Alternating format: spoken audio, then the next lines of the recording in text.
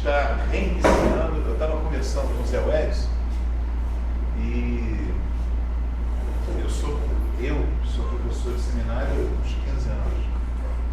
O Edson, talvez, acho que ele deu aula até para Abraão. Não, 30 anos, talvez. 30 anos professor de seminário. Então,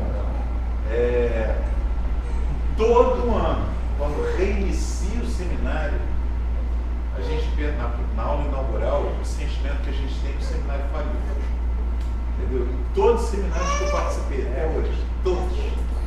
Aula inaugural, vamos lá, galera, vamos lá, parece ninguém. Porque para estudar é impressionante. Não aparece ninguém. Uma luta, entendeu? Vem, eu digo, bora, vambora, fala com um, liga pro outro. Às vezes chegava no SECAM, tinha uma média de 120 alunos que a gente deu aula lá no tempo. 120 alunos e tal, 4 turmas, né? 3 turmas na segunda, 3 turmas no sábado. Na época era. Hoje é só assim. Hoje são 3 turmas. 3 turmas e tal. Aí, normalmente uma média de 100 a 120 alunos. A gente chega lá, então, primeira aula inaugural, vamos lá, galera, tal, coisa e tal, 20 e poucos. Aí um olha para a cara do outro. Então isso é uma coisa normal. Mas não é algo para a gente se acomodar.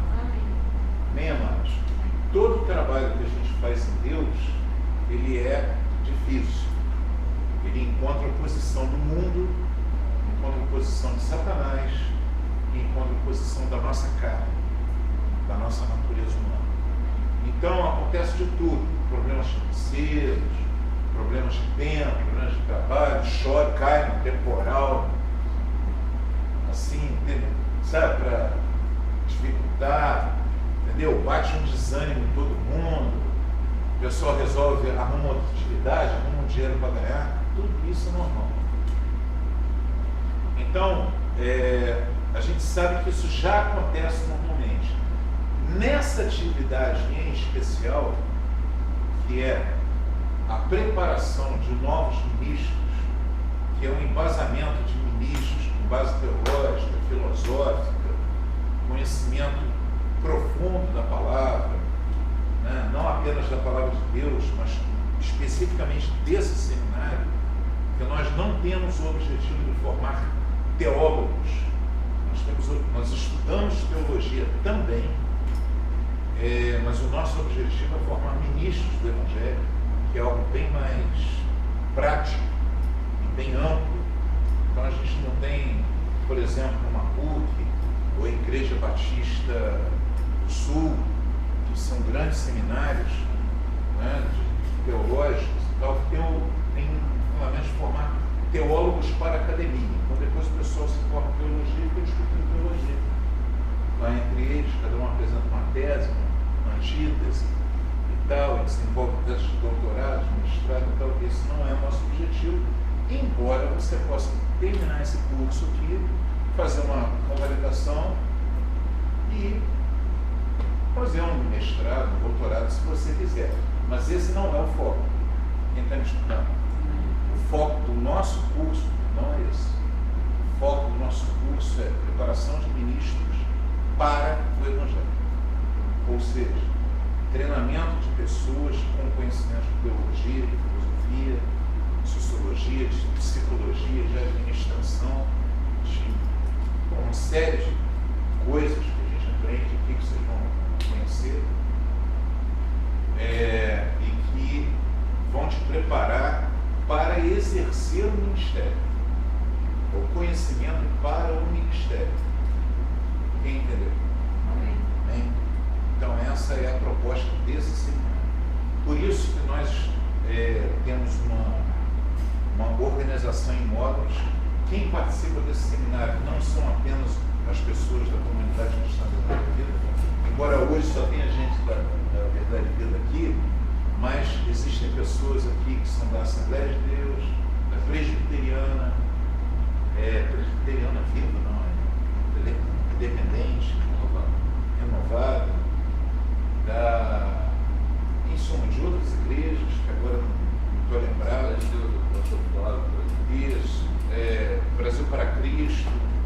teve alunos também, Assembleia de Deus lá do pastor Flávio, a gente tem Manancial de Vida também. Manancial de Vidas, então são várias igrejas. Por essa razão, vocês vão aprender coisas aqui que são diferentes daquilo que o pastor João Batista tem em linha. Isso não tem nenhum problema, nenhum problema.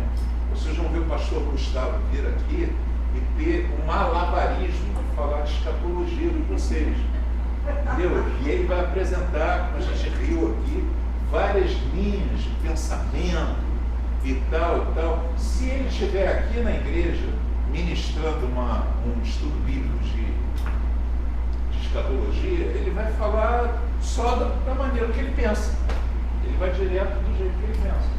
Ele não tem a preocupação de falar de várias linhas, mas aqui, o pastor João Batista, se amanhã for dar aula de teologia sistemática, de paracletologia, se eu for dar soteriologia também é a mesma coisa, tem várias linhas de pensamento, os calvinistas, arminianistas, entendeu? Tem que não é um nem o outro, então você vai ter que desenvolver linhas de pensamento diferentes daquelas, inclusive, que eu ensino na igreja. Eu ensino na igreja uma coisa e quando eu chego aqui, eu ensino 2, 3 coisas diferentes que questionam aquilo que eu ensinei. Então vocês vão aprender também como questionar as coisas que eu ensino, que é um negócio que parece que eu estou discutindo comigo mesmo. Mas não é. A teologia, quem está me escutando, a teologia não é uma ciência exata. Você tem uma fórmula matemática, ela vai ter um resultado possível, numa equação, se ela for uma equação de primeiro grau, um resultado, segundo grau, 2 resultados, uma equação com uma função quadrática, 4 resultados, você tem resultados concretos. Na teologia, para uma única pergunta, você tem 10 respostas, todas elas certas. Amém. Todas elas estão certas. Depende da visão de quem está colocando. Então, isso é bastante interessante, porque é o único curso que você vai fazer 4 anos de seminário e no final você vai chegar à conclusão de que você não sabe nada. Está começando a aprender. Entendeu? Então isso é muito legal, é um curso fascinante, aqueles que estão começando, é um curso fascinante, delicioso, muito bom, e a gente vai se deliciar juntos aqui. Quanto à organização do curso, a forma que ele é elaborado e tal, acho que o pastor Zé Edson ou o Charles podem fazer uma colocação melhor para vocês de que maneira que é. De uma forma geral, o nosso curso ele é organizado de uma maneira que a qualquer momento que alguém entra no curso, ele pode prosseguir. Isso é algo que eu copiei aqui do pastor Zé Edson, nos ajudou a implantar aqui, tá? Que é uma forma de que se você entrar agora, se você entrar daqui a 2 meses ou a 3 meses, ou se você entrar no seminário daqui a 6 meses, você consegue entrar naquele momento e partir dali para frente, porque o curso é todo organizado em módulos, tá? Então aquilo que ficou faltando, aquilo que ficou devendo, depois acerta no final. Você tem o crédito teologia, certo? Ou seja, você pode ficar devendo dentro de um determinado limite. Amém? Então eu quero dar as boas-vindas a vocês, aqueles que vão vir, aqueles que desejam fazer o curso. Esse curso vale muito. Os professores que estão aqui são pessoas que se prepararam por anos.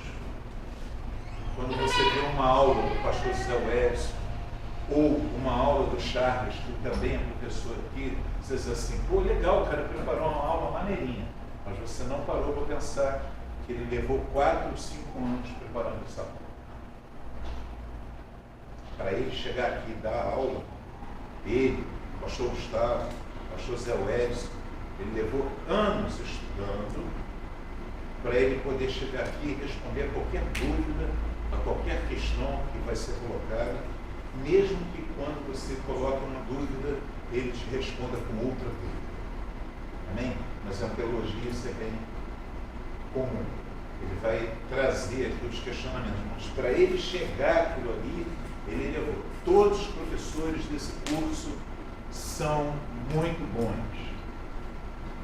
Nós não colocamos qualquer um aqui para dar aula. Todos os professores são muito bem preparados. Todos. Levaram anos se preparando e são muito bem preparados.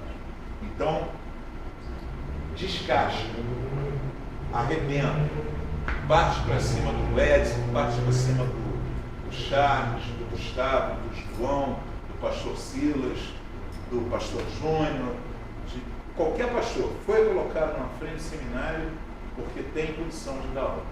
Amém, amados? Então vocês estão em boas mãos. Vou pedir ao pastor Zé Edson e eu não sei, a partir daqui eu entrego a bola.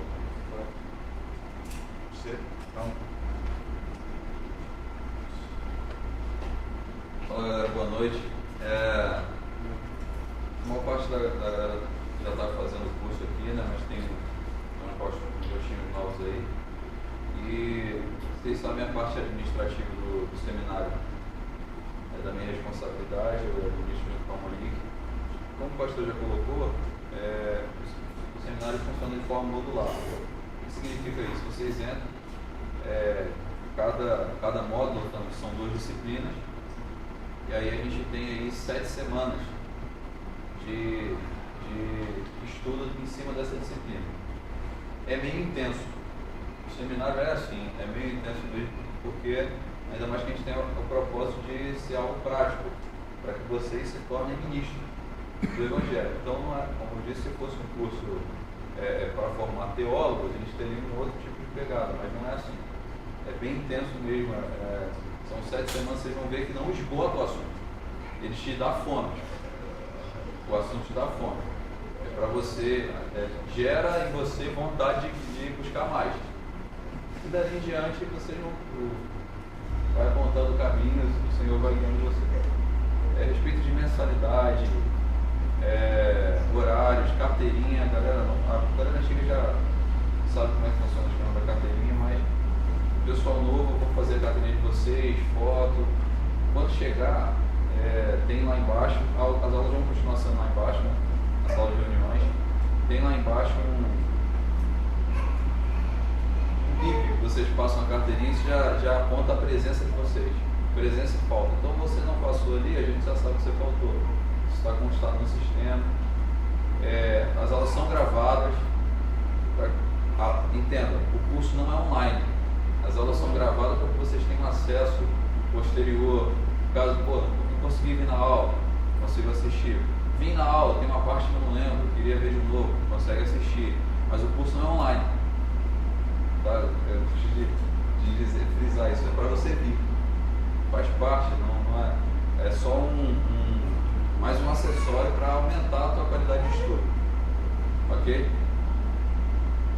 Mensalidades, a gente, como eu sempre deixo claro, né, a gente tem um valor até o dia 10, passou daquilo ali, a gente cobra o valor cheio, né?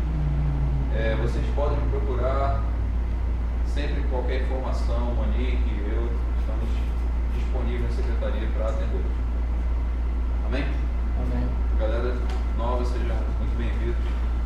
Galera antiga, meus parabéns por estarem aqui. Continue nessa pegada, Senhor. Vai honrar vocês. Amém. Segunda-feira. A gente teve uma mudança esse ano para segunda-feira. Antes de. Essa temporada, 7 às 10. 7 às 10. A gente tem a aula, é assim, vai dar bom você perguntar. A primeira aula é de 7 até as 8h20. A segunda, aí tem o intervalo até 8h40, vai até 10 horas. Por que mudamos para a segunda? A gente fez uma enquete com a galera do seminário e todos eles, a maioria, preferiu segunda. Quem não preferiu segunda, ou era indiferente, eu acho que umas 2 pessoas só votaram na quarta. Então, Eu fui uma. Então assim, a maioria da galera preferiu na segunda-feira. Então, até por votação, ficou melhor na segunda. Não muda muito principalmente para a galera aqui da igreja, não muda muito a rotina, normalmente tem a mesma coisa, que é jiu-jitsu lá embaixo, então as atividades do projeto são parecidas. Então ficou na segunda. A gente inclusive acha que dá para alcançar mais gente de outras igrejas por causa desse dia. Normalmente os outros dias tem atividade nas igrejas, etc. Como o pastor já colocou também, o curso é interdenominacional, ou seja, a gente não está formando só com o nosso pensamento, com a nossa linha teológica, né, que prevalece para a gente, mas tem outras pessoas com outras ideias, com outra formação teológica, outra formação de discipulado, que vem aqui dar aula e que vocês podem sugar essas pessoas. A ideia é essa mesmo, para acrescentar e... A ideia é justamente ter pastores de outras denominações, porque isso acrescenta, te dá e recebe deles também. E é uma bênção.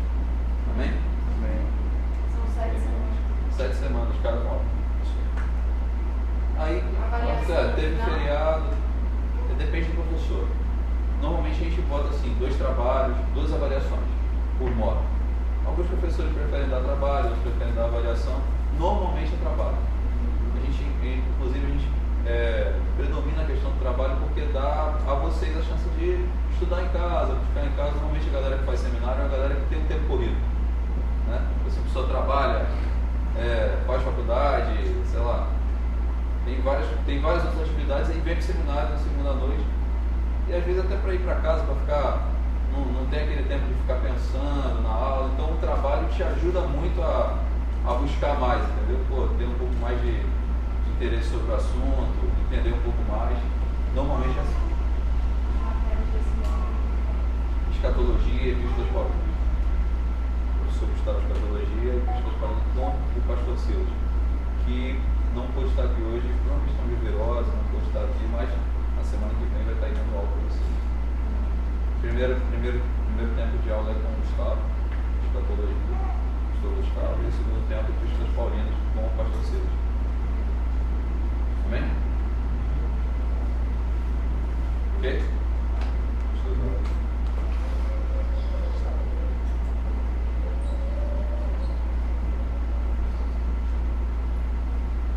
Bom, gente, boa noite, tudo bem? Boa noite. Quem não me conhece aqui? Popular? Meu nome é Wellington. Bom, eu quero compartilhar com vocês algo assim, bem rápido, né? Hoje uma pequena palestra, né?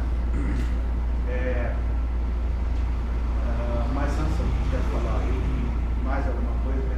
Tudo foi falado aqui. Estudar teologia, né? Vocês já sabem o que é teologia, estudo sobre Deus, né? Então estudar teologia deveria ser, digamos assim, uma prioridade de todo cristão. Não somente ministros de liderança, porque todo servo de Deus tem que ser um ministro na casa de Deus, independentemente se ele é um ministro de liderança ou um ministro em qualquer área da igreja, que todos nós fomos chamados para servir no reino. Ninguém foi chamado para ficar, entendeu, mãos aí vazias, sem fazer nada. Então todos nós, de alguma forma, somos ministros. Aliás, quando vai ver a origem do termo grego para essa palavra, ministro, é a mesma para a palavra diácono, diaconai, que dá origem às duas palavras, diácono e ministro. O diácono, propriamente dito na igreja, é aquele que serve nas coisas materiais, mas também não é impedido de servir nas coisas espirituais. E o ministro, propriamente dito, é aquele que serve mais nas coisas espirituais, funciona assim. Mas todos nós somos ministros, então todos nós somos servos, porque esse é o princípio do reino de Deus, é servir. Jesus diz, olha, eu vim para servir e não para ser servido. Vim para servir e dar minha vida em resgate do mundo, certo? Então todo cristão deveria fazer. Uma outra coisa, nesse início, né, eu quero lembrar o que eu já falei na abertura, porque a gente já viu o seminário aqui, alguns de vocês estavam, naquela abertura, é que vai haver, como já tem havido, uma batalha trabalho espiritual muito grande para você continuar. Há uma batalha. Por que há uma batalha? Porque na realidade o inimigo, e ele existe, ele é real, assim como Deus é real, ele é um anjo, né? E ele se rebelou contra Deus, ele vai tentar te fazer de todas as formas desistir, porque se você estuda teologia, você quer ver, um dos grandes problemas do cristão que não tem um aprofundamento no conhecimento da palavra de Deus é o quê? Porque ele aprendeu de uma maneira tradicional, bem tradicional. Então, quando ele acha algo na Bíblia, ou quando alguém fala que de alguma maneira contradiz toda a tradição que ele recebeu, então ele fica maluco. Então, não sei o que é, não sei mais nada. Aí a Bíblia já não é mais aquilo que ele imaginou. Por exemplo, há um questionamento, né? Esses dias eu até estava ouvindo sobre esse assunto, né? E muito legal, né? E tem um questionamento sobre Adão e Eva fizeram sexo antes do pecado? A Bíblia não diz que sim, porque não importa, mas certamente sim, tá bom? Porque Deus disse crescer, multiplicar, encher a terra, dominar, tá bom? Como é que isso foi antes do pecado? Como é que eles iam crescer, dominar e tinham outro método? Estaria em pecado se não fizesse Estaria em pecado. Porque foi ordem de Deus, crescer e multiplicar. Então, certamente sim. Aí vem, associada a essa, vem uma outra questão. Adão e Eva tiveram filhos antes do pecado? Ou seja, filhos ainda no período da inocência? Boa parte da teologia tradicional acredita que não. Mas tem parte da teologia também acredita que sim. Por quê? Por causa de dois motivos, dois princípios.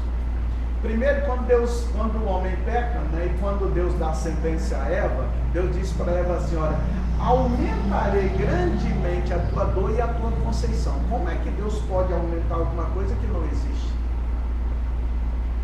Deus não disse, vou criar dor na hora do parto. Deus disse, vou aumentar. Se Deus disse que vou aumentar, é porque já tinha uma percepção de dor na hora do parto. Então, por causa disso, uma linha teológica mais moderna, mais moderna, entende que eles tiveram filhos antes do casamento. Por que não está ali relatado? Porque o que está relatado é o filho gerado a partir do pecado, os filhos gerados a partir do pecado, que agora esses filhos não são mais a imagem direta de Deus, é a imagem de Adão. É só você ver lá no nascimento de Sete, que Deus deu no lugar de Abel, que Caim matou, não diz que agora Adão e Eva geraram um filho conforme a imagem de Deus, foi agora conforme a imagem de Adão, a imagem do homem pecador. Tanto é que por causa disso o pecado foi transferido para o restante da humanidade. Então, certamente por esse fato. Associado a isso, lá no capítulo 6 diz que os filhos de Deus viram que as filhas dos homens eram formosas e os filhos de Deus então possuíram as mulheres, filhos dos homens, e daí então veio toda a corrupção, ou seja, houve uma fusão entre a linhagem santa e a linhagem não santa ali, e aí o negócio tudo bagunçou. Se eles tiveram filhos ou não, antes deles pecarem, ou se Caim e Abel foram os primeiros, não tem nenhuma importância. O importante é que foi Deus quem os criou, amém? Então aqueles que creem que eles tiveram filhos, e lá no capítulo 6, então, as duas linhagens se juntaram, porque outra parte entende que esses filhos de Deus são, na realidade, os da linhagem de Sete, tá bom? Os da linhagem de Sete. E aí, associado a essa questão, eles interpretam-se o seguinte, Caim saiu, foi para a terra de Nod, e lá Caim casou com alguém. Com quem Caim casou? Com uma irmã sua? Talvez. Lembrando, vamos ver, agora é na dispensação, dentro do movimento dispensacional, é a dispensação da consciência. O homem fazia, mesmo que não seja a dispensação, mas o homem fazia aquilo que ele achava que estava correto. Porque não tinha uma lei dizendo, faça isso, não faça isso, isso está errado, não tinha uma lei. Foi, entendeu, da linhagem de Sete, foi irmãs, ou foi uma irmã sua, porque outra coisa, a Bíblia, ela não relata o filho as filhas mulheres. A Bíblia relata o quê? Os filhos homens. Daí Adão entre, se não teve nascimento antes do pecado, se foi só depois do pecado, tá bom? Caim e Abel foram os primeiros, mas Caim pode não ter sido o primeiro, pode ter sido nascido uma irmã.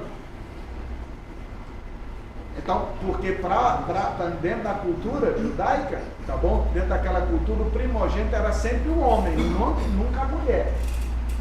Então, o que está relatado é o nascimento do homem e não das mulheres. Ah, foi uma irmã sua? Eu não sei exatamente. É meu amigo Natanael. Eu não sei exatamente. A Bíblia pode ter sido, certamente foi parente com parente, irmão com irmão, houve alguma coisa. Ou foi esses filhos, essa linhagem santa, esses filhos de Deus, que Adão e Eva poderiam então ter tido antes deles pecarem. Porque o pecado não foi o sexo, o pecado foi a transgressão contra Deus, certo? A desobediência à ordem de Deus, esse foi o pecado. De uma maneira ou de outra, não tem problema nenhum. Tudo foi Deus que criou, tudo vem de Deus, você está entendendo? É a mesma coisa.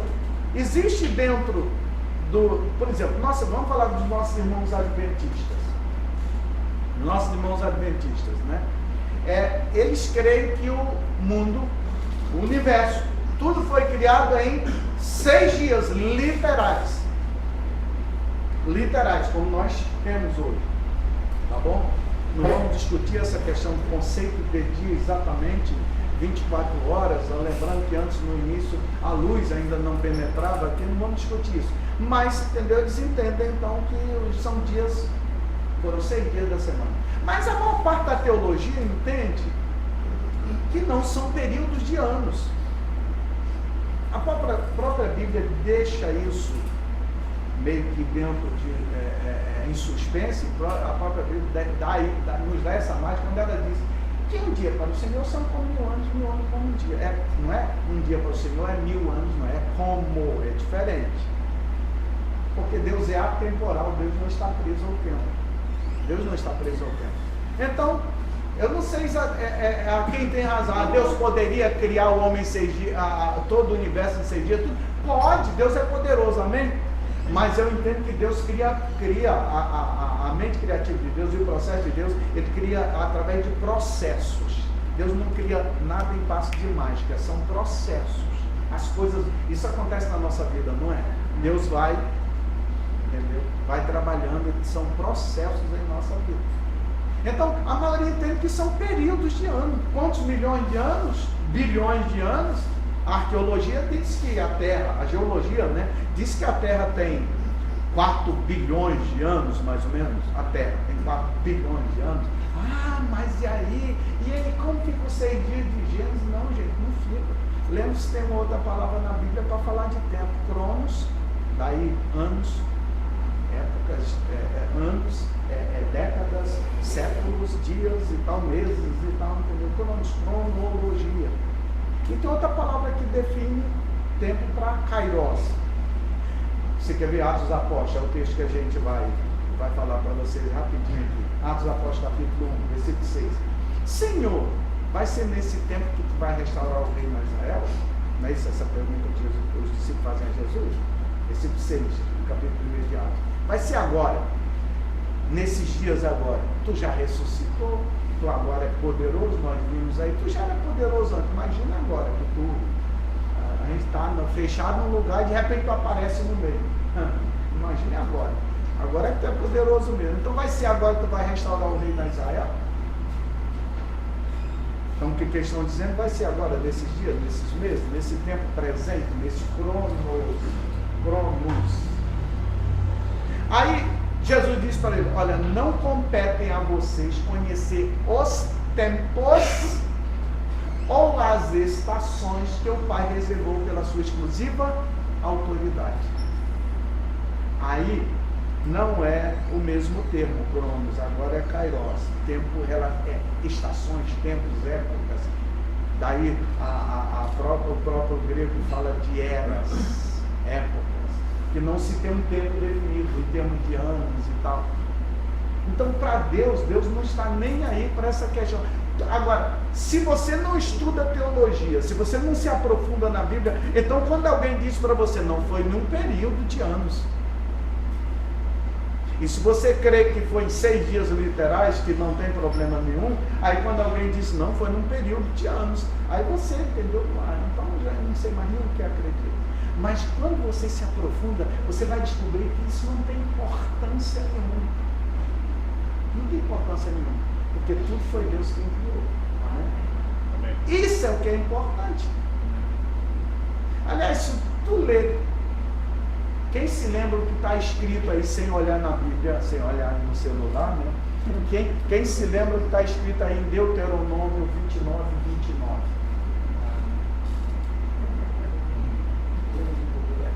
Hã?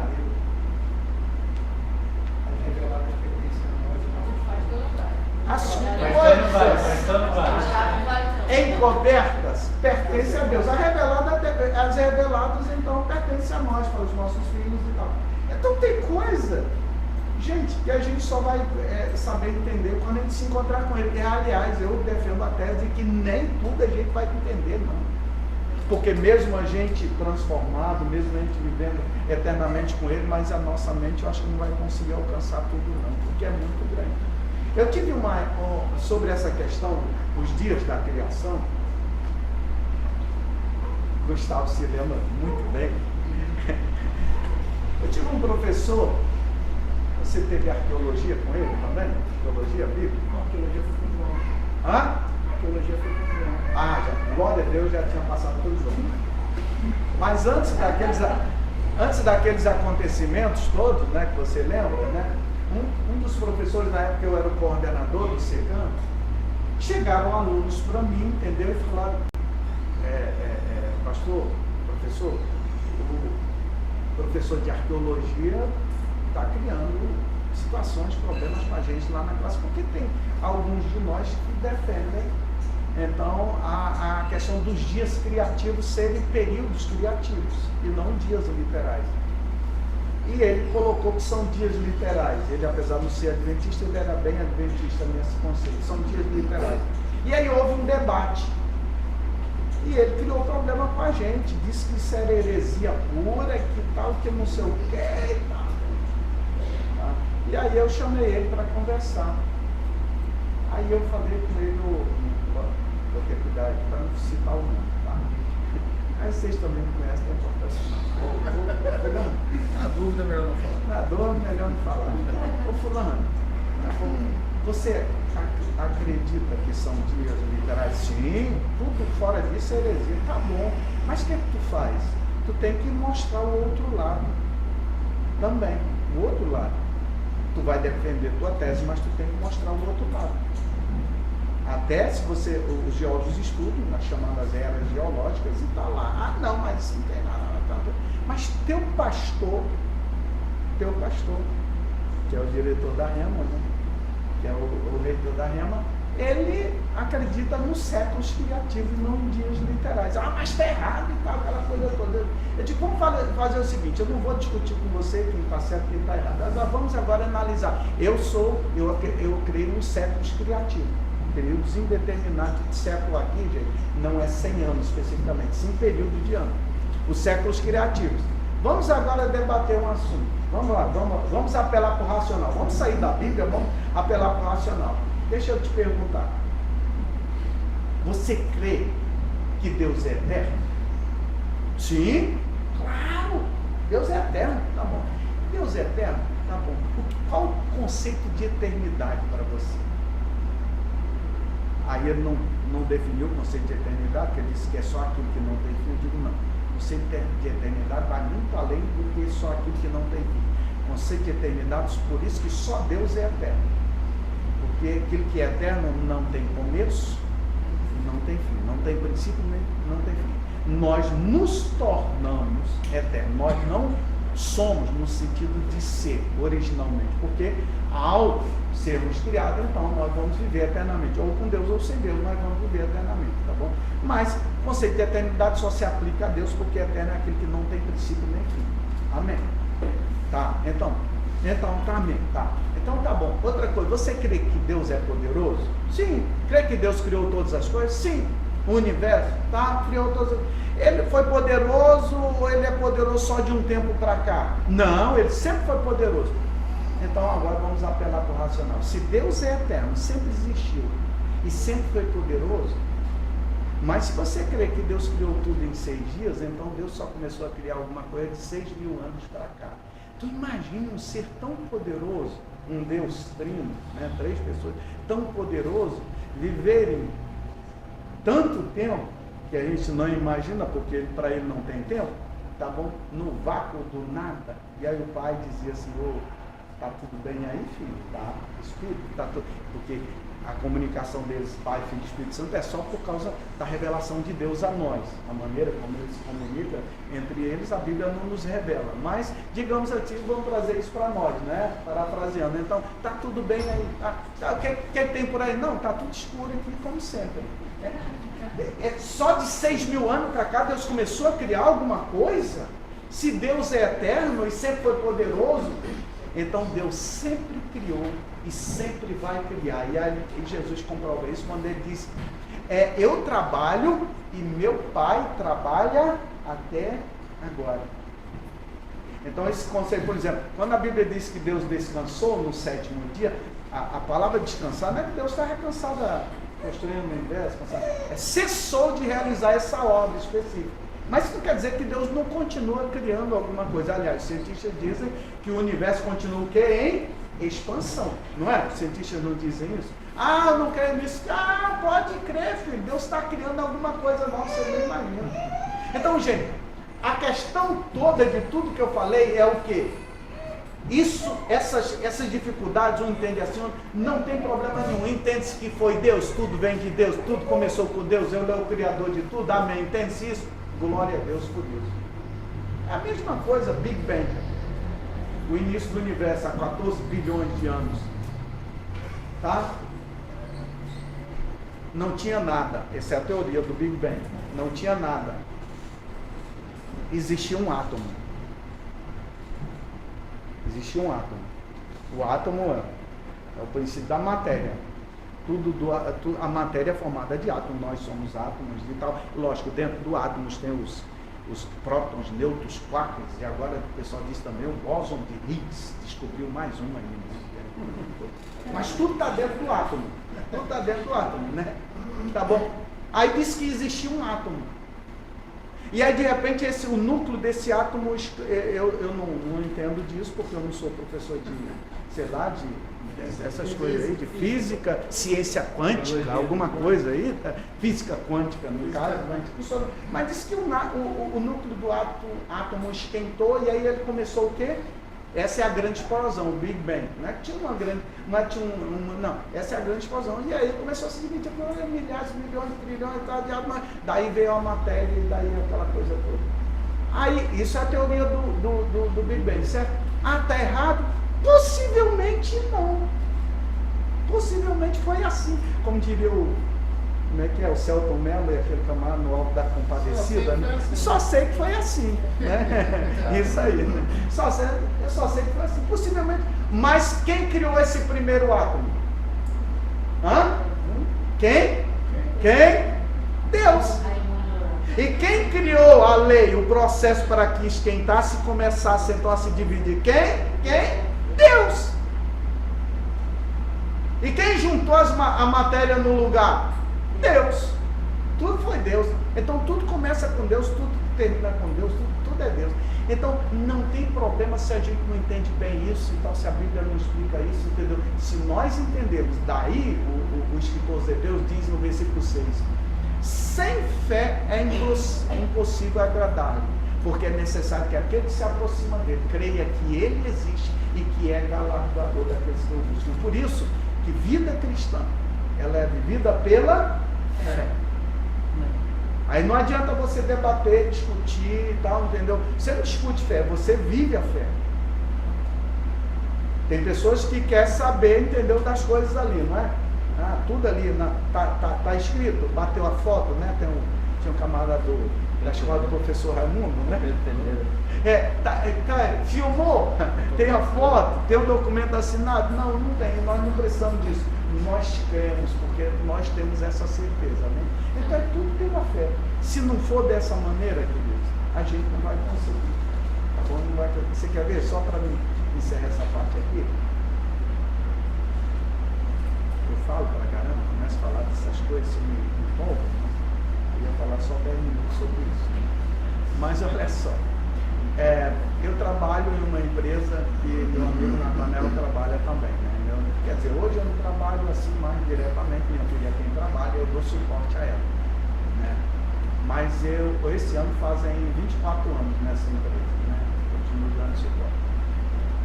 Natanel tem 10, né, pastor? Você tem 10? Vai fazer 11, né? Isso.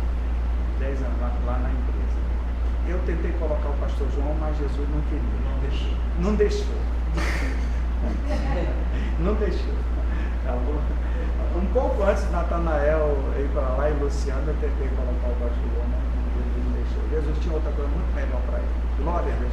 Ele ia quebrar agora. Tá bom? Então veja bem, o Zé Roberto, que é o nosso diretor-geral da empresa, um dos 5 irmãos, ele disse que é católico, mas ele é meio ateu, né? Digamos assim. E aí, vocês lembram do filme Código da Vinci? Sim. Lembra o Código da Vinci? Tom Hanks ganhou Oscar pelo Código da Vinci, né? Foi vencedor do Oscar daquele ano. Quando saiu o Código da Vinci, aliás, o filme estava sendo anunciado. Aí o Zé me chamou lá um dia eu estou passando lá nos corredores, na época ainda lá na General Padilha ainda, não era lá onde está hoje, né? Aí estou passando no corredor, o Zé me chama. Vem cá, irmão, vem cá. Aqui, você já leu o livro O Código da Vinci? Eu digo, o filme é baseado no livro, né? Então, não li não, mas já ouvi falar, já li várias partes sobre ele e tal, comentários. Tá bom. E tá saindo o filme, eu digo, eu vou ver o filme porque eu quero, isso que é muito bom o filme, eu vou ver, eu quero. E aliás, eu já vi 3 vezes já, tá bom? Eu vi 3 vezes. Hã? Livro também? Livro. Então, o livro ele tá vendo? O livro, e ele tinha lido o livro. O livro que conta que na realidade o santo grau de tanto fala o livro, é a família de Jesus. E de que Jesus teve uma família. Jesus casou com Maria Madalena e, entendeu? Depois foram embora para não sei para onde, depois para a França e tal, entendeu? E Maria Madalena acabou morrendo na França, tem toda uma história por isso aí. E os templários foram designados, foram fundados para proteger o segredo do cristianismo, que era a tal de ressurreição de Cristo, de que Jesus então ele, na realidade ele constituiu uma família humana, ele casou, teve filhos, teve uma família. Então o santo grau na realidade, no filme Código da Vinci, você já viu, é a família de Jesus. Inclusive aquela menina que trabalha no Tom Hanks, ela digamos assim, pertence à família, é uma das herdeiras da suposta família de Jesus, né? E aí falou, tá vendo? Eu digo, Zé, se você quer continuar crendo em mito, em fantasia, que se criou aí durante a história, você quer entender, continuar, não tem problema nenhum, eu respeito sua opinião. Eu fico com a Bíblia, eu fico com a palavra de Deus. Se você quiser continuar, você vai continuar. Você prefere acreditar em mitos que um arranjou, que o outro contou e tal, entendeu? E o trabalho dos templários, os templários era o braço armado da Igreja Católica, se tornou um braço armado. Achei bem engraçado que o autor desse livro passou uns 3 anos repetindo os repórteres que aquilo era ficção. Eu inventei essa história. Exatamente. Eu inventei isso, aliás, eu algumas coisas verdadeiras. Os templários foram criados na época das cruzadas. Era o braço armado da Igreja Católica na época das cruzadas, para tentar libertar Jerusalém do domínio dos islâmicos, dos otomanos, né? Não era para devolver os judeus, não. Lutas marciais. Exatamente. Não era para devolver os judeus, não, era para devolver a Santa Igreja, que era a Igreja Católica. Tá bom? Você não tem nada a ver. Mas se você quiser continuar acreditando dessa maneira, Não tem problema nenhum, eu respeito o seu Deus. Eu fico com a Bíblia. Agora, para a gente encerrar a conversa, deixa eu dizer uma coisa. Se Jesus tivesse casado, Jesus não tinha pecado. O casamento na Bíblia Sagrada é sagrado. É a primeira instituição divina. Se ele casa, ele não tinha pecado. O problema é que ele tinha se desviado do propósito de Deus, do Pai para ele. Qual era o propósito do Pai para ele? Morrer e ressuscitar pelos nossos pecados. Esse era o propósito. Agora, se ele casa e tal, constitui família, ele tinha se desviado do propósito do Pai e tal. Ele não fez isso, ele se manteve ali e tal. Não era porque ele ia manter relações sexuais com a esposa dele, se fosse o caso de Maria Madalena, que ele tinha pecado. Não, isso não é pecado. Agora, não foi para isso que ele veio para pagar o preço da nossa redenção. Aí, tá bom. Aí nunca. Então, gente, essas coisas nós temos que, quando você se aprofunda no conhecimento da palavra de Deus, estudar teologia é isso, porque a gente diz assim, estudar teologia. Estudar teologia é estudar sobre Deus, né? Deus. Quem é Deus? Seus nomes, essa coisa toda, tá? Agora, já imaginou nós estudarmos sobre Deus, quem é Deus, nós dizemos, não, eu conheço Deus, sei quem é Deus? Sabe nada. Você só sabe o que precisa saber. Que Ele é o Criador de todas as coisas. E de que Ele veio a esse mundo na pessoa de Jesus Cristo para nos reconciliar com Ele mesmo. É isso que nós precisamos saber. E aí, enquanto mais nós nos aprofundamos no conhecimento de Deus através do que está revelado na Bíblia, porque o que não está revelado na Bíblia, não está, então a gente não vai saber. Através do que está revelado na Bíblia, quanto mais a gente se aprofunda, queridos, mais a gente se, digamos assim, a gente se desliga de tradições, de dogmas, dessa coisa toda, porque a gente entende que Deus está muito acima dessas coisas. Deus está acima de tradições, de questão dogmática, de seres humanos, de igrejas, né, que tem que a igreja, como eu estava falando com o pastor João ali, entendeu? A igreja, como instituição, é uma organização humana. Como instituição, é uma organização humana. Como organização humana, ela é imperfeita, ela tem problemas, dificuldades, ela não é? Sim. Agora, como a igreja de Cristo é diferente, os lavados e remidos no sangue do Cordeiro, amém? Somos. Então, Deus, quando nos olha, Deus não nos olha pelo que nós somos em si, mas Deus nos olha através de Jesus Cristo. Aí, quando Ele nos olha através de Jesus Cristo, Ele nos vê o quê? Perfeitos. Você, aos olhos de Deus, é perfeito. Por que você é perfeito? Não, você é cheio, mas é por causa de Jesus Cristo. Então, essas coisas são básicas aí, precisa saber.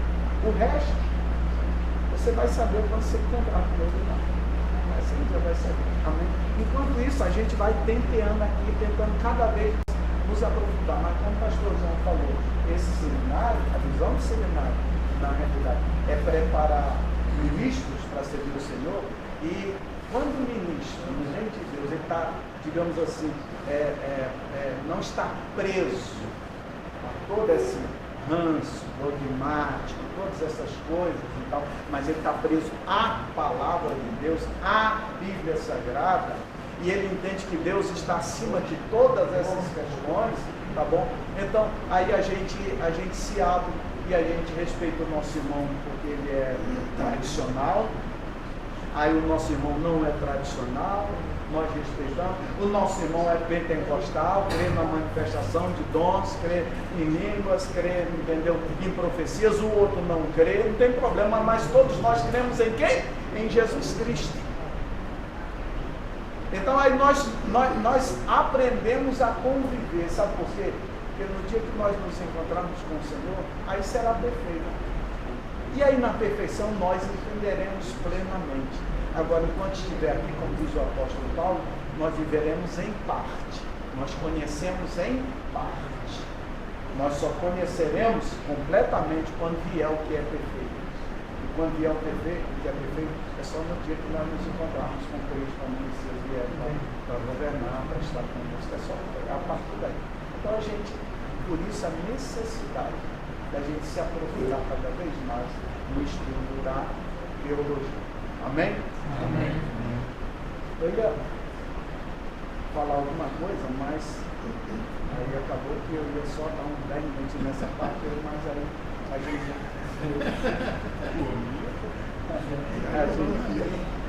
Viagem não, introdução. tá bom? Aí eu ia falar um pouquinho sobre a tarefa missionária da igreja, a tridimensionalidade da tarefa da igreja, tanto como na terra, né? Eu ia falar um pouquinho sobre o mundo, como está a nossa responsabilidade como igreja, que temos, né, entendeu? De levar Cristo a quem não tem Cristo. Né? Então seria rapidinho sobre isso, mas eu creio que essa breve palavra já vai para nós encerrarmos por aqui. Então, se aprofunde. Tem mais. Tem mais. Está aqui o Gustavo, está aqui o João, está aqui o Natanael. Gustavo, 5 professores, vocês, eu sei que tem gente inteligentíssima aqui também. Uma coisa que a gente, e aí a gente lembra de Sócrates, eu não vivi com ele, né? Graças a Deus, ele veio no século V a.C., né? O grande pensador grego, e ele diz aquela famosa frase, né? Só sei que nada sei. Aí tem um complemento lá que eu só sei quando eu escrevo ele para falar isso. Mas só essa frase já basta. Só sei que nada sei. Então, quanto mais você estuda teologia, mais você descobre, como o João falou, que você ainda não sabe nada. Mas tem uma coisa muito boa. Quanto mais você estuda teologia, estudar a Bíblia, mais você se aproxima de Deus. Quanto mais você se aproxima de Deus, lógico, você vai ficando o quê? Íntimo de Deus. Ao ficar íntimo de Deus, você tem uma coisa boa e tem uma coisa ruim. Tá bom? Em ficar íntimo de Deus. Você diz, não, só coisa boa e coisa ruim. Não, tem a coisa boa que a melhor coisa é andar com Deus, é ter a parceria de Deus, é sentir Ele ali com você. Como o João, a gente está reconhecendo que o João chorou de algo que aconteceu na vida dele lá atrás. Tá bom?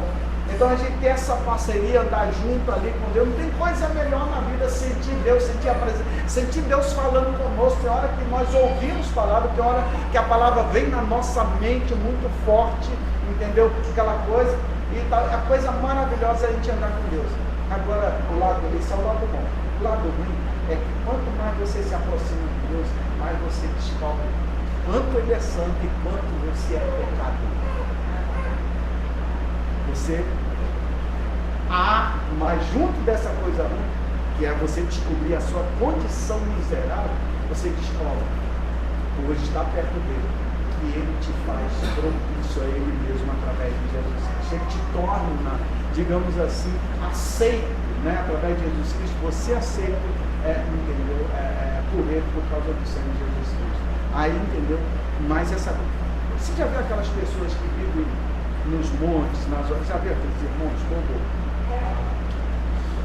Vou no monte, porque já viu? Essas pessoas, na maioria das vezes, elas passam de longe.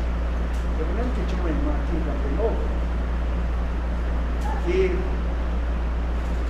eu sou pastor, e aí eu morava fora, e ela me conhecia desde criança. Quando eu voltei a morar aqui, eu gosto de usar minha bermuda.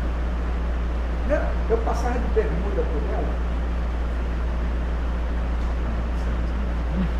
Eu passava de bermuda por ela, ela não dava parte de cima não. Eu costumo da Assembleia de Deus, né? Da parte de baixo, não estava de bermuda, o pastor estava de bermuda, não podia não. Essas pessoas se acham muito santas, sabe por quê? Não está próximo de Deus. Porque quanto mais nós nos aproximamos de Deus, nós olhamos e vemos a santidade dele. Lembra de Isaías? Ano em que morreu o rei Uzias, eu vi ao Senhor assentado no alto e sublime trono, né? Entendeu? O seu cetro enchia todo o templo, e os serafins que tinham 6 asas voavam, né? Com 2 cobriam os seus olhos, com 2 seus pés, com 2 voavam as asas e tal. E aí então eu ouvi uma voz e tal. Aí então eu disse, Senhor, eu vou perecer, que habito no meio de o quê? De um povo de impuros lábios. Eu sou um homem de impuros lábios, de lábios impuros, e habito no meio de um povo de impuros lábios. Mas o que Isaías viu? Logo ele viu o anjo tirando do altar uma brasa com mantenaz e tocando nos lábios dele, dizendo: purificado foi o teu pecado, a tua falta. Então, quando a gente estuda teologia, a gente se aproxima de Deus, a gente descobre a santidade dele, então a gente descobre a nossa condição miserável que nós somos. Quanto mais a gente se aproxima, mais a gente diz assim: eu não tenho condições. Mas junto com isso, por estar próximo dele, ele fala para a gente: você não tem, mas eu te dou toda a condição, porque o meu filho foi aí viver entre vocês, ele morreu e pagou o preço por você. Por isso você tem condição. Não é por causa de você, mas é por causa de Jesus Cristo. Amém? Então se aprofunde, conheça e nunca pare de conhecer. Conheçamos e prosseguimos. Conheçamos e prosseguimos sempre. Conheçamos e prosseguimos. Nunca pare de conhecer, buscar mais conhecimento. Não se limite à sala de aula, ao que o Gustavo transmite, o Charles transmite, o João Natana. Não se limite ao que os professores, mas vá para casa, vai estudar, tenha, como o Charles falou, fome de Deus. Ter fome de Deus é ter fome de estar na presença dele, conversando com ele e estudando então a sua palavra, que é a resposta dele para a nossa vida. Amém? Amém? Deus abençoe. Bom, então, gostaria de apresentar aqui uma pessoa que vocês não conhecem, é o pastor Gustavo. Né? Por favor, pastor Gustavo. Tá?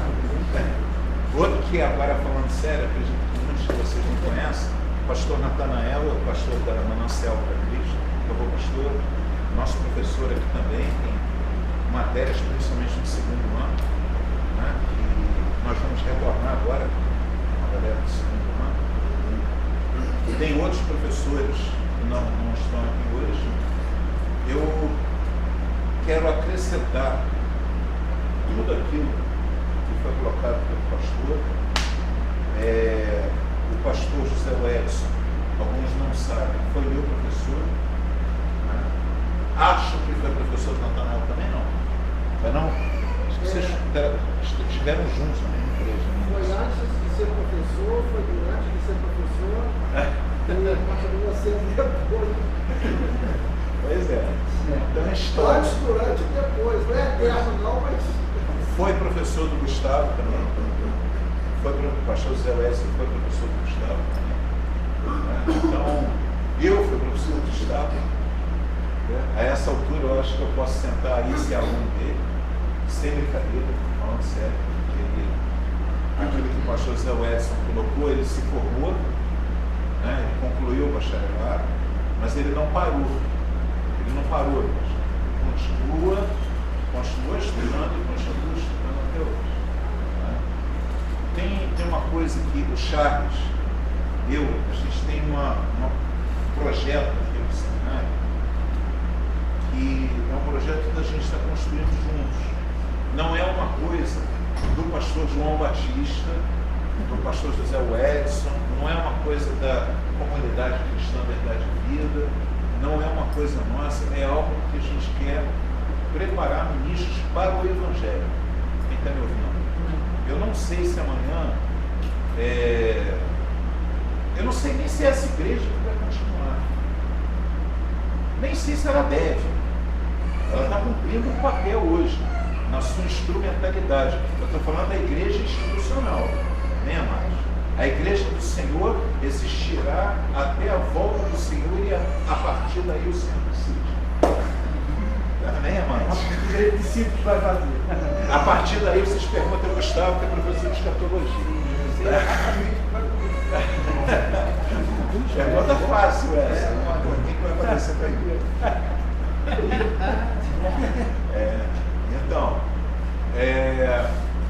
Então não é um projeto institucional, é um projeto para fora, voltado para o lado de fora.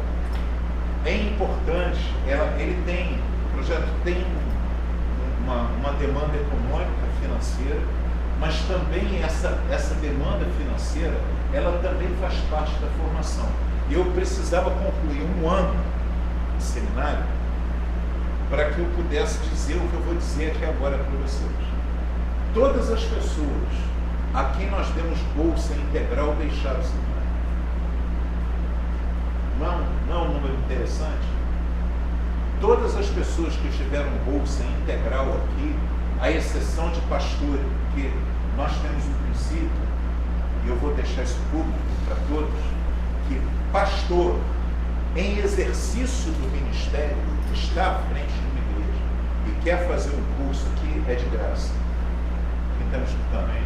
Amém. A igreja, o nosso curso faz questão que ele estuda e não vai pagar nada, porque é bênção para nós. Concordamos? Pastores em exercício do ministério, ele sendo pastor de uma igreja ou ele trabalhando como pastor auxiliar diretamente com um pastor. Não é pastor de carteirinha, tem pastor de carteirinha também. Ele guarda aquela carteirinha dentro de casa velha e sabe mostrar isso aí. Fazendo pastor que está no exercício do ministério, ele vai sentar aqui e vai estudar e vai cobrar. Agora, todas as pessoas que estão aqui hoje e outros que vão chegar da nossa igreja, de outras igrejas, ninguém terá bolsa de 100%. Estou avisando isso e colocando para vocês. Mas a gente pode estudar quando uma pessoa tem uma condição econômica, que está passando por uma dificuldade e tal, nunca será motivo para ela parar de estudar. Amém. Amém? Nunca será. Se ela quiser, a gente senta com ela e inventa alguma coisa. Não é isso? Temos inventado muitas coisas, somos muito criativos. Porque a gente sempre inventa uma maneira da pessoa poder continuar a fazer o curso dela. Joga para frente, joga para lá, parcela para cá, dá um desconto, faz um serviço para a igreja, faz um serviço para o seminário. Claro, a gente inventa alguma coisa para a pessoa poder fazer. Mas aqueles que podem pagar, essas pessoas que pagam, elas mantêm isso aqui funcionando. Por quê? Porque nós vamos remunerar os professores. Os professores ganham muito bem, não é, pastor? Muito bem. São regiamente remunerados, né, pastor Gustavo, inclusive, são regiamente remunerados, estou brincando, lógico. Não são, mas a gente procura pagar um valor adequado, tá? Há pessoas que estudaram, que se prepararam, que correram atrás. A preparação de uma aula aqui leva muito tempo, dependendo da matéria. Não é? Se você vai dar uma aula de teologia sistemática, por exemplo, você chega aqui, você tem que apresentar várias correntes. Eu acho que eu estava dando aula aqui de teontologia, a cada aula que eu dava aqui, eu me preparava 3, 4 horas de matéria que eu já conheço, só que eu conheço para mim. Amém? Conhecer para dar aula é diferente. Você tem que preparar uma aula, tem que preparar uma aula, tem que parar. Então, todos esses professores que vêm aqui precisam receber, existe um custo de manutenção disso tudo aqui, e todos vocês têm o privilégio de participar disso. Amém, amados? Amém? Amém. 1, 2, daqui, hoje é uma aula inaugural. Até, sem ser a próxima segunda, a outra segunda, que são os próximos 14 dias, ainda pode entrar gente no seminário. Se perder uma aula, 2 aulas, como a gente tem o recurso da gravação das aulas, e uma pessoa, por uma razão, não puder participar da próxima aula ou da outra, porque na próxima aula já tem matéria, já entra com matéria, tá? Não puder participar, ela perdeu uma aula, perdeu 2, nós ainda entendemos que ela pode ir para os recursos de gravação e tal e tal. Passou daí, a gente não vai aceitar mais alunos. Amém? Nesse modo. Aí vai ter que esperar o próximo módulo. Nós pedimos que os alunos tenham aqui ou o curso superior em andamento completo ou o segundo grau em andamento completo. Quem está me ouvindo? Tá? Isso é uma pré-condição para que a gente possa manter o nível dos professores poderem ficar à vontade de ministrar. Tá? Então, não entenda como nenhuma forma de discriminação, é apenas uma maneira da gente manter o poder crescer sempre com o nível do seminário. Amém, amados? Esqueci de alguma coisa? Só vocês, como eu sempre falo com vocês, né, mas se vocês conhecerem algum colega, algum pastor e tal, Os próximos 14 dias. esse intervalo. Vamos incentivar os colegas aqui da igreja. Peço ao pastor Natanael, se quiser aqui o Charles, pô, vamos cair para dentro, vamos trazer alunos, vamos trazer colegas, pode ser de outras igrejas. Digam isso para eles, que nós não temos aqui, não fazemos proselitismo, não tentamos trazer pessoas de outra igreja para cá. Quem está te escutando? Amém? Isso é princípio, isso é bíblico. Não tem sentido eu ficar tirando discípulos de outro ministério. Não tem sentido isso. O reino de Deus não cresce assim, concorda? Não é assim que cresce. Isso é uma prática muito antiética. Além de ser antiética, ela é, no meu entendimento, é falta de maturidade de muitos ministérios. Você tirar a pessoa daqui para botar ali. É a mesma coisa você arrancar uma árvore daqui e tentar plantar ela em outro lugar. Se ela está aqui, se ela cresceu aqui, é porque aqui ela encontrou alimento e as condições para ela crescer. Se você arrancar ela e plantar em outro solo, não sei se ela vai vingar. Já você mata a árvore. Não entendo nada de árvore. Deixar claro. Não entendo nada de árvore. Eu acho que não dá certo esse negócio. Então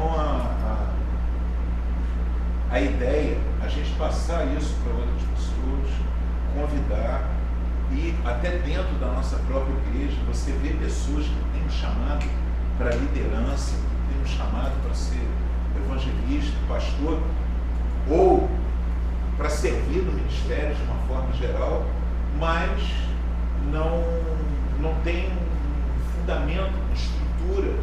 Você fica assim, às vezes está numa reunião de célula, uma reunião de grupo família, como nós chamamos aqui, ou célula em outros lugares. Eu fico com medo de dizer assim, traz uma palavra aí, irmão. Meu Deus, o que vai sair da boca dessa pessoa, meu Deus? Entendeu? O que pode sair daí? Mas, pô, se a pessoa está fazendo um seminário, você sabe que ela tem fundamento naquilo que ela diz. Amém? Agora mesmo, eu estou vivendo, nós pastores sempre temos esse problema. Sempre. Todo pastor tem esse problema. A seara é grande, você vira os ombros. Concorda? Tem aqui outros pastores. Vocês conhecem algum pastor que não tem esse problema? Acho que todo pastor tem esse problema. Você tem uma necessidade, uma demanda de trabalho dentro da igreja, que os seus pastores trabalharem dia e noite, não dão conta. Não dão conta. É muita gente para ser aconselhada, dirigida, ensinada, cuidada e tal. E se você trabalha direto, você não dá conta. Mas não tem gente para fazer o trabalho. Não tem gente. E a realidade é que as pessoas que vão fazer esse trabalho estão aqui. A igreja do Brasil precisa de gente que pensa. Aonde estarão as pessoas que podem trazer soluções para a igreja, que vão dar o próximo passo? Estão nos seminários, não estão nas novenas, não estão nos bares, não estão só assistindo o culto, elas estão nos seminários. É nos seminários que a gente vai buscar no Senhor conhecimento e soluções do Espírito Santo para trazer novas propostas para a igreja. Amém? Vocês são essas pessoas e vocês saem daqui com uma missão, né? Vamos dar um toque na galera, então o pessoal que está estudando aqui, que não veio hoje. Eu sei que algumas pessoas ficaram pelo caminho por causa de jogo, por causa de... Alguns ficaram pela tentação de treinar jiu-jitsu, está rolando treino lá, mas eu sei também que a gente tem uma caminhada muito legal para fazer nesse ano de 2020. Amém? Amém. Passo a palavra para vocês, pastor Natanael, pastor Gustavo, Charles e todos vocês. Quiserem fazer alguma colocação, fazer perguntas. Eu tenho uma pergunta, mas não é o que acontece. Dentro da grade, que não é grade na realidade, são os módulos, né? Sim. Eu tive aula de teologia sistemática com o senhor, bibliologia com o pastor Edson. Caso esse módulo venha a se repetir no próximo 7 semanas para frente, eu posso refazer, não é uma dúvida, tá vendo? Eu posso refazer o módulo? Qualquer aluno pode, se ele sentir o desejo de refazer qualquer módulo, ele pode fazer esse módulo sem problema. Entendeu? Não há uma limitação do tipo, poxa, eu fiz um estudo lá de, sei lá, de paracletologia, Escatologia. aqui com o pastor Zé Edson, missiologia. Pô, fiz um trabalho, tive aula com ele, fui muito abençoado, mas hoje eu tenho um outro entendimento. Eu cresci, eu aprendi, eu estou vendo, eu quero me aprofundar um pouco mais nisso. Eu posso refazer o módulo? Pode. Ah, mas eu já fui aprovado. Não tem problema, faz de novo. Não tem problema nenhum. Entendeu? Você não é proibido de fazer. Né? Isso é uma coisa interessante do sistema modular, que são muito poucas as matérias vinculantes, né? As cadeiras vinculantes, ou seja, muito poucas. A gente tem aqui História de Israel 1 e 2, que você não pode fazer a 2 antes da 1, porque senão dá uma confusão danada. Porque é história, né? A bibliologia também cara, é 2. Bibliologia eu já não sei. Eu não sei como é que é A bibliologia pode a fazer. emenda. Pode, Né? né, pastor? Pode Se fazer. você bibliologia 1, você fala da Bíblia como doutrina, Exato. na parte inspirada. E a 2 você fala da história da Bíblia. Isso. Então você pode dizer isso. Uma outra coisa, teologia do Novo Testamento. 1, 2, 3. Esse 1, 2, 3 é porque você, Novo Testamento, você estuda evangelhos, no outro você estuda as epístolas paulinas, no outro você estuda as cartas gerais. Então, se você estudar primeiro as gerais, depois os evangelhos, não tem problema. Não importa, você vai ter que ir. Então as matérias não são muito poucas as matérias vinculantes. Então, respondendo a sua pergunta, pode sim. Amém. E você pode também, se você perdeu, você foi reprovado em alguma matéria. Pastor, seminário reprova? Reprova. Claro que reprova. Se a gente não reprovar, Deus reprova. Amém? E aí pode reprovar vocês e nós. Então, seminário reprova. Reprova quando a pessoa não faz o trabalho, quando não vem às aulas, quando faz a coisa de qualquer maneira, quando tem uma atitude inconveniente com o professor, fora de como qualquer um outro curso. Qualquer um outro curso. O curso de teologia também pode reprovar. Perguntas? Galera que está chegando aí.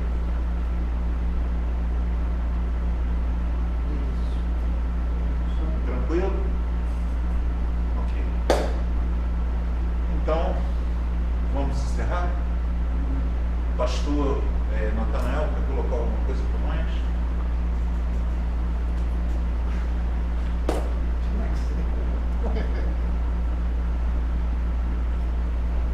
Pessoal, eu sou Natanael, quem não me conhece.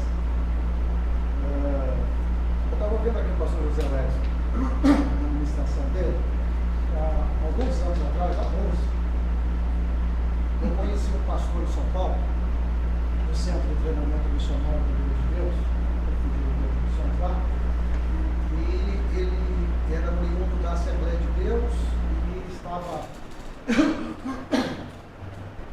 na Igreja de Deus, e ele é pastor, eu esqueci o nome dele agora, pastor, teólogo e físico quântico, né? Com ciência, com conhecimento de ciência, essa coisa toda. E ele escreveu um livro intitulado Os 6 Períodos da Criação. E ele me deu uma cópia, certo? E aí depois eu vou colocar à disposição de vocês aí com o Charles, o João, aí vocês copiam, legal, tá certo? Então, não é que só existe esse, existem outros. Mas esse aí a gente serve para você, ele está com graça, não precisa comprar nada, só tem depois que fazer cópia deles, tem que estar autorizado por ele, pastor Neto e tal. E aí faz umas cópias, o senhor lê, distribui ali, essa coisa. Gente, boníssima demais, certo? Então, ele estava falando sobre os 6 períodos da criação aí, e aí, só que você estava dando você ficar muito impactado. Impacta mesmo, você absorve o conhecimento, a sua mente abre, é uma coisa fantástica. Bom, e reinício das aulas do celular, né? O pastor João Batista falando aqui sobre a grande necessidade da obra de Deus. A seara é grande, mas os trabalhadores são poucos. Bem, os trabalhadores realmente são poucos, mas os atrevidos são muitos. Entendeu? Porque tem sempre querendo fazer sem ter competência. E esse é o grande problema da igreja. Porque para poder a gente fazer alguma coisa para Deus, na obra de Deus, a gente tem que ter capacitação para fazer com qualidade. Se não faz com qualidade, quem está vendo cortar?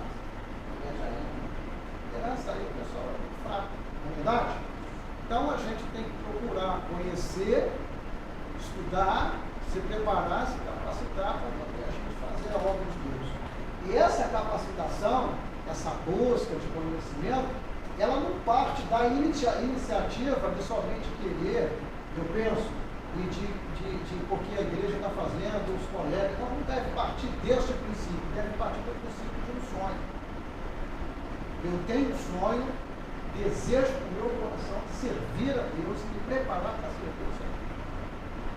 Eu não quero servir na obra de Deus de qualquer maneira. Eu quero buscar me capacitar para eu chegar a algum lugar. Você, então, tem um desafio diante de você, precisa ter foco e precisa tomar cuidado com as distrações. Porque as distrações, elas causam atrasos. Certo? E distrações é a destruição dos seus sonhos em slow motion, em câmera lenta. Então, vai surgir distrações, alguma coisa ali, estou desanimado, porque é um desafio, né? Ficar sentado, ministério, estudar, buscar, conhecer, vir, fazer prova, estudar em casa, aí surge uma coisa, é namorado, é alguma coisa lá, não, hoje não mais. O sentimento de desistir, que a gente tem muito nisso, é um desafio. Então, você pode chamar todas essas coisas de distrações. Distrações é a destruição dos seus sonhos em câmera lenta. Mas se você tem um sonho, você põe o foco naquilo, se você corre atrás, se dedica, certamente você vai chegar lá. A maior necessidade nossa, pastores, na igreja, é termos pessoas capacitadas. Que as pessoas querem fazer antes de ser. Esse que é o grande problema. E a gente tem que ser primeiro para depois fazer. É claro que há coisas que a gente faz que não tem muita necessidade de você conhecer no mínimo. Mas há certas coisas que a gente vê, certas áreas da igreja que a gente precisa ter pessoas que não dá para colocar qualquer pessoa. Porque senão não vai fluir. A coisa não vai andar. E também tem outra coisa, se envolve um projeto na igreja e a gente não tem a pessoa certa, coloca qualquer pessoa, eu digo uma pessoa que não está capacitada para aquela função. O projeto não vai para frente, ele fracassa. Para retomar esse projeto, a dificuldade é maior, porque no início do startup dele, ele já fracassou. Então você retomar algo fracassado é mais difícil do que você começar algo inovador. Entende?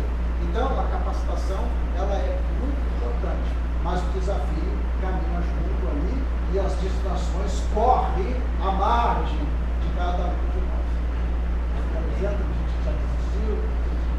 Na minha igreja mesmo, lá uma vez para cá, também está meio desanimado, estou lá reunião de eles, aquela coisa toda. Isso acontece com a gente, entende? Eu tenho que ter 5 livros por mês, não estou lendo nenhum. E aí eu estava ali lendo as minhas anotações, foco. E aí eu tenho distrações. Eu estava pensando sobre isso, estou passando distrações. Eu tenho trabalho, tenho uma série de coisas, mas tenho muitas distrações. Por quê? Porque quando eu chego em casa cansado, tenho trabalho na rua, eu tomo um banho e lá em casa a gente tem território.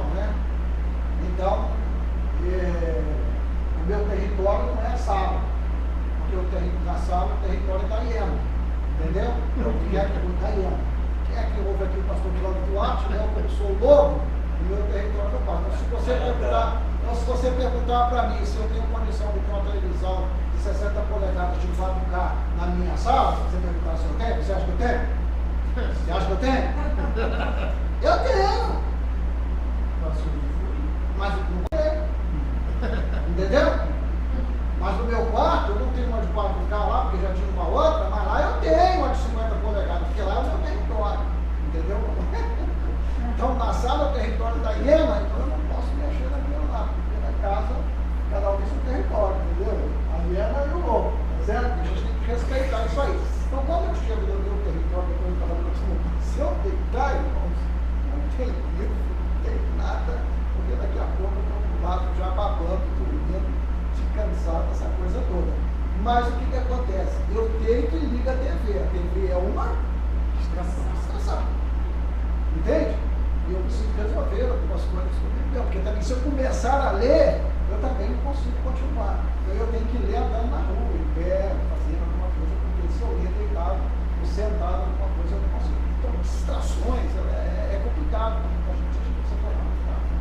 Mas está aqui o meu sentimento, está aqui a minha oração para que Deus possa abençoar vocês, aqueles que vão vir, para que vocês possam alcançar, vocês possam dar continuidade, vocês possam levar a termo isso aí, definitivamente, tendo coragem para vencer essa etapa da vida de vocês e tantas outras mais que virão, porque quando você começa uma etapa dessa, tá certo? E é uma etapa, existem outras mais